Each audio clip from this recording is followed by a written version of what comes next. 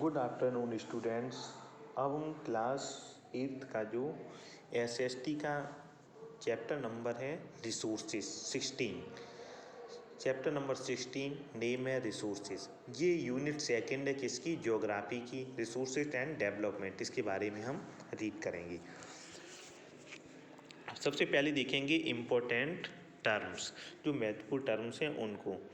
इसमें क्या है, इसको पलट के बना। अब हम देखेंगे इस resources. Resources anything which has a utility for man to satisfy his needs and wants.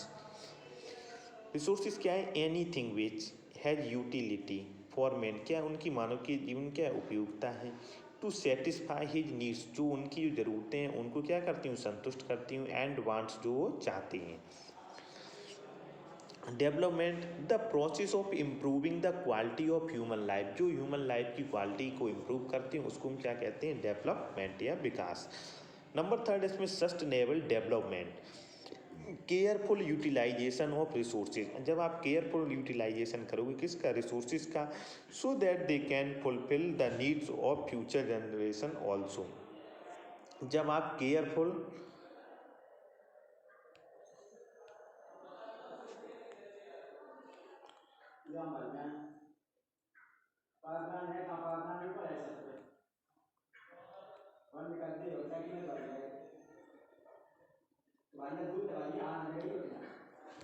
के यहाँ हाँ, सस्टेनेबल डेवलपमेंट, केयरफुल यूटिलाइजेशन, जब आप उसको केयरफुल होकर के यूटिलाइजेशन उसका उपयोग करेंगे ऑफ रिसोर्सेज, संसाधनों का, so that they can fulfil the needs of future generation also. तो क्या है कि आप जो आगे आने वाली जनरेशन है, जो पीढ़ियां हैं, उनकी आप क्या, उनकी जो आवश्यकताएं होंगी उनको फुलफिल कर सकते हैं। अब definition of resources, human kind has a number of basic needs, जो मानव है उसकी जो बेसिक नीड्स हैं वो क्या है, वो कई हैं। फॉर एग्जाम्पल फूड है, क्लॉथिंग एंड शेल्टर, उसको भोजन चाहिए, कपड़े चाहिए और रहने का स्थान, which it satisfy from nature. ये सारी चीज़ें उसको किससे संतुष्ट कर सकती है, नेचर से। जैसे rocks, mineral, soil, rivers, plants and animals are some precious gift of nature to man. जो रॉक चट्टान हुआ, मिनरल्स हुआ, सॉयल हुआ, मिट्टी हुई है,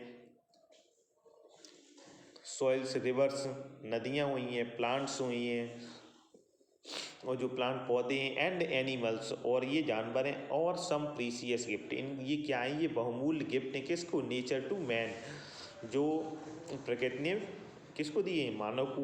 these gifts of nature are called resources, जो ये गिफ्ट हैं प्रकृति के, इनको क्या कहा जाता है, रिसोर्सेज, संसाधन कहा जाता है। In fact any material that constitute A part of the earth, जैसे कोई भी एक मटेरियल होता है दैट वो किससे निर्मित होता है, पार्ट पृथ्वी से, and which satisfy a human needs is called a resource, जो सेटिस्फाई करता है क्या, जो मानव की जो आवश्यकताएं उनको उनको हम क्या बोलते हैं, संसाधन। इरिच वाल्टर जिमेरमैन डिफाइंस, ये एक विद्वान व्यक्ति, इन्होंने इसको डिफाइन किया है, Erich Walter Zimmermann. Defines resources are features of the environment, वो कहते हैं जो संसाधन वो फीचर्स हैं किसके, इन्वायरमेंट के, which are considered to the capable of serving man, which is consider, वो मानते हैं कि क्या ये कैपेबल हैं क्या, सर्विंग मैन नीड्स, जो व्यक्तियों की जो नीड्स आवश्यकता है उनको पूरा करने में, and which are given utility by, और ये उपयोग में आती किसकी, by the capability and wants of man, जो उसकी उपयोगिताएं हैं, जो वह चाहता है उसको पूरा करने में इनकी क्षमता है।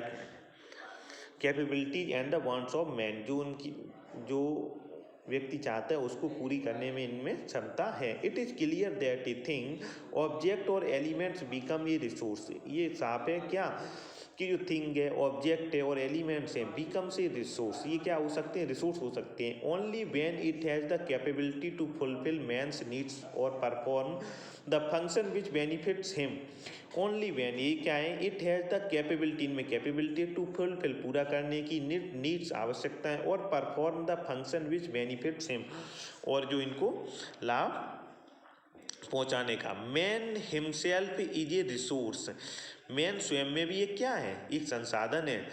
And perhaps supreme among all the resources, और ये सभी में क्या है, ये सबसे सुप्रीम है, अपेक्स है।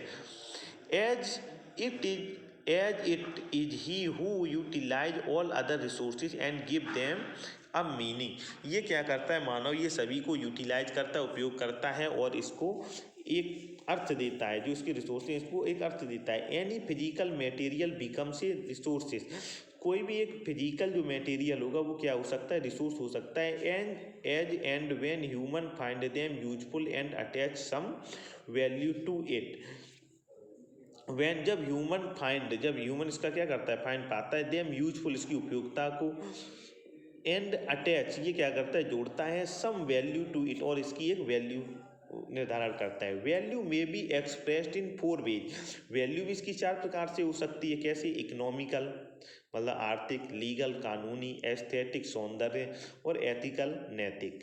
For example when resources are being used for product they are said to have economic value. When resources, कुछ रिसोर्सेज क्या है, are being used for product, वह एक प्रोडक्ट के रूप में यूज होते हैं, they are said have economic value, तो उसकी क्या हो जाती है कि इकोनॉमिक वैल्यू हो जाती है। Clean air act is an example of legal value attach to the quality of resource. For example air, जो क्लीन एयर है वो किस प्रकार की है, वो लीगल वैल्यू, उसकी कानूनी वैल्यू है, attach to the quality of resource, संसाधनों की जो है इसको अटैच किस में किया गया है, लीगल वैल्यू में। Natural scenic beauty of mountains, lake, reverse, forest etcetera is an example of aesthetic value. जो नेचुरल सीन्स हैं, जैसे ब्यूटी है, जैसे कि उसमें माउंटेन आता है, लेक झील आती है, रिवर नदियाँ आती हैं, फॉरेस्ट जंगल आता है, एटसेट्रा आदि, इज एन एग्जाम्पल, ये कैसे एग्जाम्पल है, एस्थेटिक वैल्यू, सौंदर्य की वैल्यू की। The responsibility to preserve our national park, ये हमारी रिस्पॉन्सिबिलिटी है कि हम प्रिजर्व करके रखें किसको, नेशनल पार्क को, फॉर फ्यूचर जनरेशन, किसके लिए, जो आने वाली भविष्य में पीढ़ियां हैं उनके लिए। Reflects the ethical value attached to some such resources, और कुछ ऐसी वैल्यूज होती हैं जो कि क्या है, रिफ्लेक्ट करती हैं एथिकल वैल्यू, नैतिक value attach to such resources, संसाधनों में, जैसे कि वाइल्ड लाइफ, जो जंगली जीवन है। Nature is bountiful in providing different gifts in the forms of resources to man, nature क्या है, बाउंडफुल, प्रचुर मात्रा में हमें प्रोवाइड कराता है different gifts in the form of resources to man, संसाधन के रूप में किसको, व्यक्तियों को। These gifts acquire value with reference to the needs of people inhabiting and region and technology to make the best use of these resources. These gift, जो ये गिफ्टें acquire प्राप्त होते हैं, वैल्यू जो इनकी वैल्यू है, कीमत है, विद रिफरेंस जो इनका महत्व है, रिफरेंस टू द नीड्स, ये किससे निर्धारण होता है, ये इसकी आवश्यकता पर, ऑफ पीपल इनहैबिटेटिंग, और इनहैबिटेटिंग जहाँ पर पीपल रहते हैं, ये रीजन किस में, एक क्षेत्र में, एंड टेक्नोलॉजी, जो टेक्नोलॉजी है, to make the best use, technology क्या करती है, इसके यूज को बेस्ट यूज में मतलब करने मदद करती है। दीज रिसोर्सेज, इन संसाधनों को।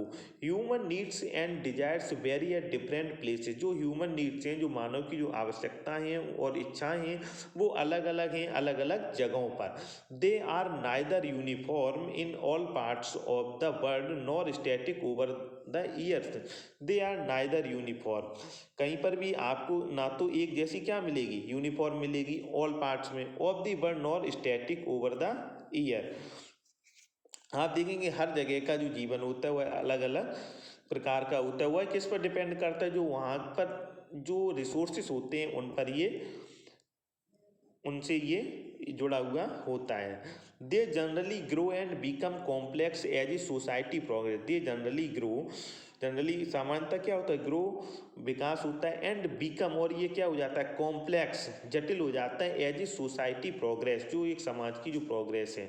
The early humans had few basic needs and they were fulfilled by collecting materials from their surrounding, जो शुरुआती जो ह्यूमन थे उनका क्या था कि उनकी आवश्यकताएं कम थी, तो उनकी जो आवश्यकताएं थी वो किससे पूरी हो जाती थी, कलेक्टिंग मटेरियल्स, जो वो आसपास से अपना मटेरियल्स को इकट्ठा करते थे, फ्रॉम देयर सराउंडिंग, चारों ओर से। The Paliyan tribe of South India, जो पलियान पलियन ट्राइब है वो कि कहाँ पर, साउथ इंडिया में। And the pygmies of the Congo basin, जो पिग्मीज होते हैं वो कांगो बेसिन में पाए जाते हैं। इन अफ्रीका, कहाँ पर, अफ्रीका महाद्वीप में। Still make do with collecting edible plants, roots, flower, fruits and hunting animals. जो ये दो ट्राइब्स जो ट्राइब्स बताई गई हैं, जनजातियां बताई गई हैं, एक कौन सी है, पालियान ट्राइब जो कि साउथ इंडिया में, एक पिग्मीज है कांगो बेसिन में। ये कांगो बेसिन कहाँ पर है, अफ्रीका में। Still make to with collecting edible means होता है खाद्य, जो खाद्य प्लांट होते हैं उनको, रूट्स को, जड़ों को, फ्लावर्स उनके फूलों को, फ्रूट्स को उनके फलों को, एंड हंटिंग एनिमल्स, इसके माध्यम से वह अपना जीवन चलाती हैं। तो क्या है कि ये जो जनजातियाँ ये किस पर डिपेंड है, ये कलेक्टिंग, ये फूड को क्या करती हैं, कलेक्टिंग करती हैं, और ये हंटिंग एनिमल्स के माध्यम से अपना जीवन यापन करती हैं। इसी के साथ ही आज का लेक्चर समाप्त होता है। Thank you.